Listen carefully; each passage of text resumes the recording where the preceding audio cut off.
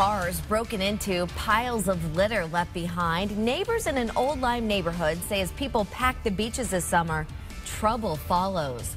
Glad you're with us tonight. I'm Ann Craig. And I'm Scott McDonald. Neighbors say most of that mischief happens on Fridays. So we sent News 8's Tina Detel to check it out. She joins us live tonight with the latest details. Tina.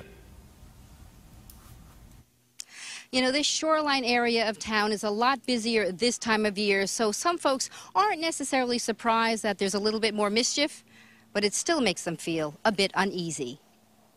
Both of our cars that were broken into, nothing was taken, but there was nothing of value in them.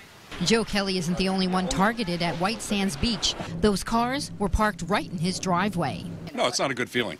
His next-door neighbor thought he saw trash at the end of his driveway this past Saturday morning. So when he went out to pick it up, it was actually a woman's purse.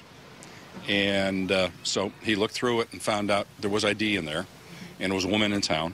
There have been a number of mischievous incidents in this shoreline neighborhood. But a neighbor up the road had his sun porch broken into, and he had a laptop in a briefcase. A K-9 unit tracked down the briefcase to some bushes. The laptop still inside. The wallet was also still in the purse. My guess is that it was mischief because things weren't taken.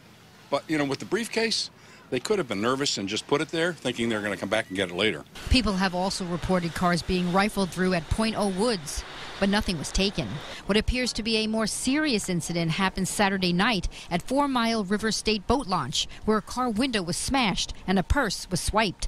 Chuck LaCourte, who was fishing with a friend Friday, was not happy to hear that. You do have a good time, and then you go up to your car, and it's all lost, you know, as well as the things that were taken.